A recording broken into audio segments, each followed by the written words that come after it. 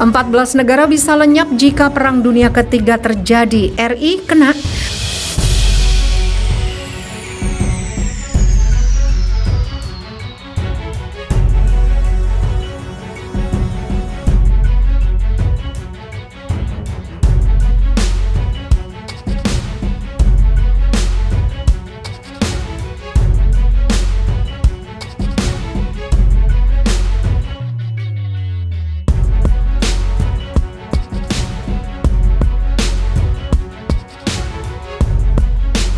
Kondisi geopolitik dunia kembali memanas. Hal ini ditandai oleh ketegangan beberapa negara yang terjadi dalam waktu dekat ini. Sebanyak 14 negara berpotensi bakal terkena imbasnya.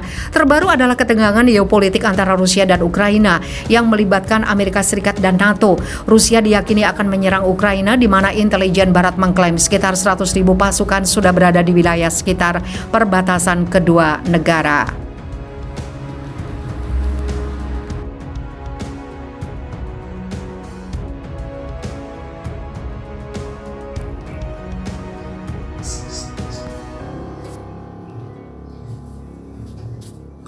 Jenderal Amerika Serikat prediksi serangan Rusia ke Ukraina bakal mengerikan. Mampukah Barat menghentikannya? Rusia disebut-sebut bakal melakukan invasi besar-besaran ke Ukraina pada awal 2022.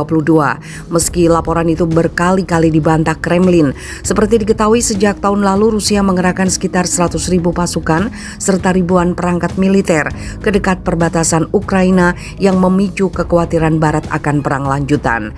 Jenderal militer Amerika Serikat Mark Milley bahkan memperkirakan bahwa invasi Rusia ke Ukraina akan mengerikan dan akan menelan sejumlah besar korban.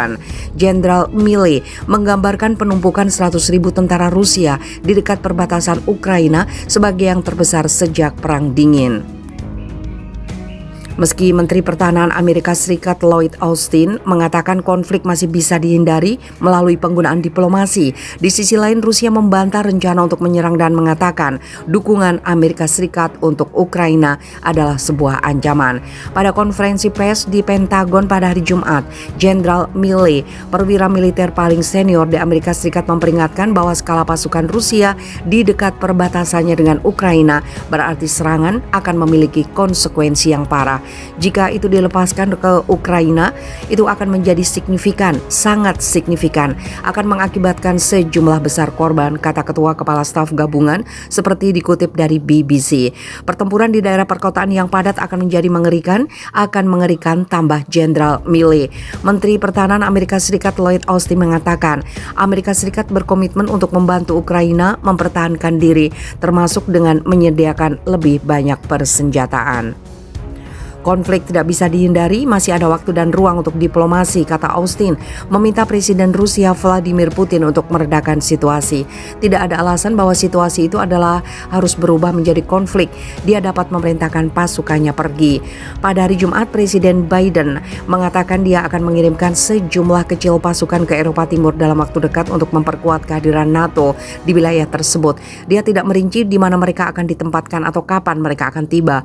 Awal pekan ini Pentagon mengatakan ada 8.500 pasukan siap tempur yang bersiaga, siap dikerahkan dalam waktu singkat. Amerika Serikat telah menolak permintaan utama Moskow agar NATO mengesampingkan Ukraina bergabung dengan aliansi pertahanan, tetapi bersikeras menawarkan Rusia jalur diplomatik yang serius. Presiden Rusia Vladimir Putin menuduh Barat mengabaikan masalah keamanan Rusia, tetapi dia mengatakan dia akan mempelajari tanggapan Amerika Serikat sebelum memutuskan apa yang harus dilakukan. Menurut pembacaan Kremlin tentang panggilan telepon antara Putin dan rekannya dari Perancis, Perancis mengatakan kedua pemimpin telah sepakat tentang perlunya mengurangi ketegangan, bahwa Presiden Emmanuel Macron telah memberitahu Putin bahwa Rusia harus menghormati kedaulatan negara tetangganya. Beberapa ribu pasukan Rusia telah diberangkatkan ke Belarus untuk latihan militer bersama yang puncaknya berlangsung antara 10 sampai 20 Februari. Pemimpin Belarusia Alexander Lukashenko mendukung Presiden Rusia Vladimir Putin. Ibu kota Ukraina, Kiev, berjarak kurang lebih 150 km dari perbatasan Ukraina.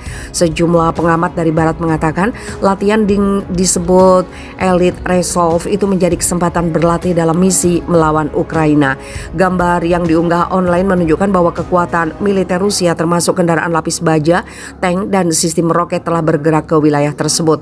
Rusia juga telah mengumumkan pengerahan pesawat tempur canggih Su-35 ke Belarusia, dilengkapi sistem pertahanan udara, amunisi, dan dukungan medis.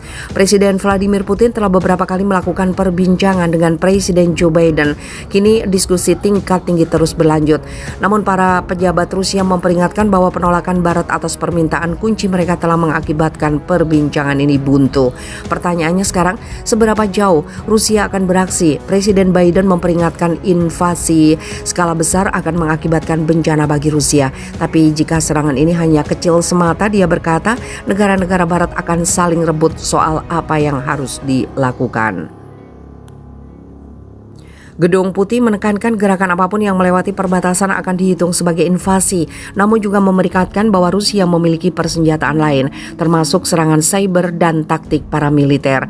Pentagon menuduh Rusia menyiapkan apa yang disebut operasi bendera palsu, di mana anggotanya akan menyabotase pemberontakan yang di-backing Rusia, sehingga ada alasan untuk invasi. Rusia menyangkal tuduhan itu. Rusia juga telah membagikan 500.000 paspor kepada orang-orang yang tinggal di wilayah yang dikuasai para pemberontak, sehingga jika mereka tidak mendapatkan kemauannya, Rusia dapat membenarkan aksi mereka dengan alasan melindungi warga negaranya. Tapi jika tujuan utama Rusia adalah untuk mengusir NATO dari wilayahnya, Rusia sepertinya akan gagal. Sebanyak 30 negara anggota NATO menolak permintaan Rusia. Kami tidak akan membiarkan siapapun menutup pintu pada kebijakan pintu terbuka NATO, kata Wakil Menteri Dalam Negeri Amerika Serikat Wendy Sherman. Ukraina menginginkan garis waktu yang jelas untuk bergabung dengan NATO. Lembaga itu berkata Rusia tidak punya veto, tidak berhak mengganggu proses ini. Amerika Serikat telah dengan jelas menyatakan tidak akan mengirim pasukan untuk berperang membantu Ukraina, namun di sisi lain mengaku berkomitmen membantu Ukraina mempertahankan wilayah kedaulatannya.